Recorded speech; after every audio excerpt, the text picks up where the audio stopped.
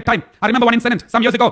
I visited one family, and this elderly lady, and she asked me to pray for her and the whole family. And then she brought a small cloth, and she opened the cloth, and there was a dried rose, very old rose, which was a dried rose. She opened it, and it was already fallen down, disfigured. So I asked, what is this? I thought she got it from some, maybe Fatima, Medjugorje, or some holy places. Then she said, Father, this is the rose which my husband gave me for the first time when he proposed to me. And I was in love with him, but I was afraid how to ask him. But one day suddenly he gave me a rose and proposed. My whole world started from that moment. And I took the rose and kept it with me. And she was taking it and looking at it and kissing it, and she started crying because her husband died some time back. And she was kissing this rose. And then I was wondering, this is called prototype. When she was kissing this rose, which is dried rose, disfigured rose, she's not kissing this rose, she is kissing her husband. This is called prototype. When she kisses here, but it doesn't go to the rose, it goes to the husband. This is called prototype. This is exactly what the Catholic Church is doing. When you have the statue of a lady, when you have the statue of Jesus or anyone, we are not worshipping the statues. When you take the statue of a lady and kisses or hugs or whatever that we do, we are intending to do it to our lady. We are not worshipping any other gods. We are worshipping our Lord Jesus. We are venerating and honoring Mother Mary.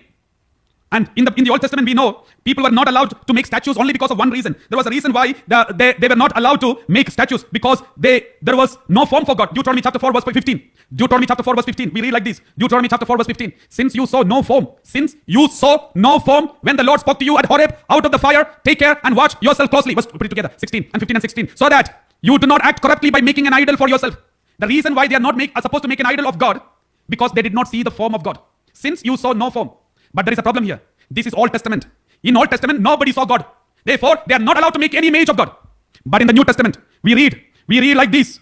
Colossians chapter 1:15.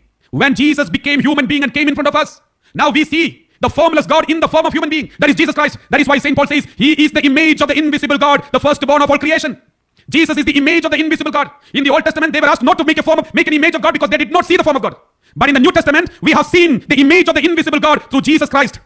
Therefore, that is why we have the images of Jesus. How do we know Jesus looks like this? If you know the history, St. Luke, the one of the evangelists, the one who wrote the third gospel, St. Luke was an artist. It is historically proved that St. Luke used to have the icons of a lady and icons of Jesus. He has drawn the icons of Jesus and icons of a lady. St. Luke has seen Jesus, and the image of Jesus is there in his mind. St. Luke has seen the image of Mother Mary and the image of Mother Mary in his mind, and he drew it accordingly. And we are following the same image, similar to it. I remember I have not seen my maternal grandfather. I have not seen him. Before my birth, he died. But in my mother's home, on the wall, there is a huge picture of drawn. My uncle is a very good artist. He drew a very good picture of my grandfather. So whenever I see this picture, I used to ask them. The first time I remember, who is this? I asked. Then my mother said, is your grandfather. So I said, is it original? The original picture of the drawn one. And then my mother said, it is exactly as he is. Some changes, but it is exactly as he is. Because it's a beautiful drawing. So every time when I move around, when I see this picture, I remember my grandfather. I have never seen him, but now I know how he looks like. What is his shape? And how is his hair? How is his mustache? I knew everything because of this picture. Because my mother, my uncle, they have seen him. So they drew the picture. And now I can see him. I can even imagine about him. I can even easily connect to him. And that is why in the Catholic Church, we are permitted to have these saints and angels and all these people.